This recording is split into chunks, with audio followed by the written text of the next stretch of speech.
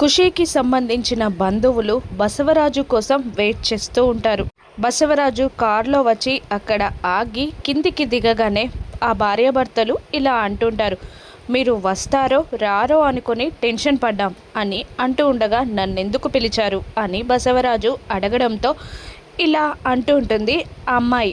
మేము ఖుషీని దక్కించుకోవడానికి ఎన్ని ప్రయత్నాలు చేయాలో అన్ని ప్రయత్నాలు చేశాం. ఆఖరికి మొన్న కిడ్నాప్ కూడా ప్లాన్ చేశాం. కానీ అది ఎలా బెడిసి కొట్టిందో మీరు చూశారు కదా. పైగా దానికి ఎమ్మెల్యే సీట్ కూడా వచ్చింది అని ఆవిడ బసవరాజుతో అంటూ ఉండగా, ఆ సీట్ నా కోసం తులసి వదిలేసింది కదా అని బసవరాజు అంటూ ఉంటాడు. మాకు ఖుషి కావాలి, ఖుషిని మాకు అప్పగిస్తే మీరు ఎమ్మెల్యేగా గెలవడానికి కావలసిన డబ్బంతా మేమిస్తాం అని అతను ఆఫర్ ఇస్తూ ఉంటాడు బసవరాజుకి. అటువైపుగా ఆటోలో వెళ్తున్న తులసి బసవరాజు ఆ దంపతులు మాట్లాడుకోవడం చూసి, అన్న ఆటో ఆపన్నా అని ఆపి కిందికి దిగి వాళ్ళ మాటలన్నీ వింటూ ఉంటుంది. బసవరాజు ఆ దంపతులకి హామీ ఇస్తాడు, సరే నేను ఖుషిని మీకు అప్పగిస్తాను అని అనడంతో, సరే తొందరగా అప్పగించండి అని అంటూ ఉంటుంది ఆ అమ్మాయి. లేదు, నేను ఎలక్షన్స్లో గెలిచాకే ఖుషిని మీకు అప్పగిస్తాను అని అంటూ ఉంటాడు బసవరాజు.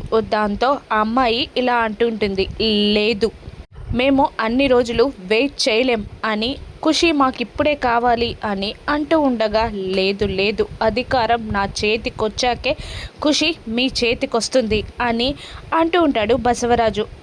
అంతసేపు అని ఆవిడ ఏదో మాట్లాడబోతుండగా, లేదు అధికారం ఒక్కసారి నా చేతికత్తే అమ్మని ఇంట్లో నుండి గెంటేస్తా అని అంటూ తులసిని ఖుషిని వేరు చేస్తానని, తులసిని ఇంటి నుండి గెంటేస్తానని బసవరాజు ఆ దంపతులకి మాటిస్తాడు. ఆ మాటలన్నీ విన్న తులసి షాక్ అయి అలా నిలబడిపోతుంది. దంపతులతో బసవరాజు చేసుకున్న అగ్రిమెంట్ తెలిసిన తులసి ఏం చేస్తుంది? మళ్ళీ ఎమ్మెల్యే సీట్ దక్కించుకుంటుందా? బసవరాజు పొగరు అణుచుతుందా? రాను ఎపిసోడ్స్లో చూద్దాం. Thank you for watching.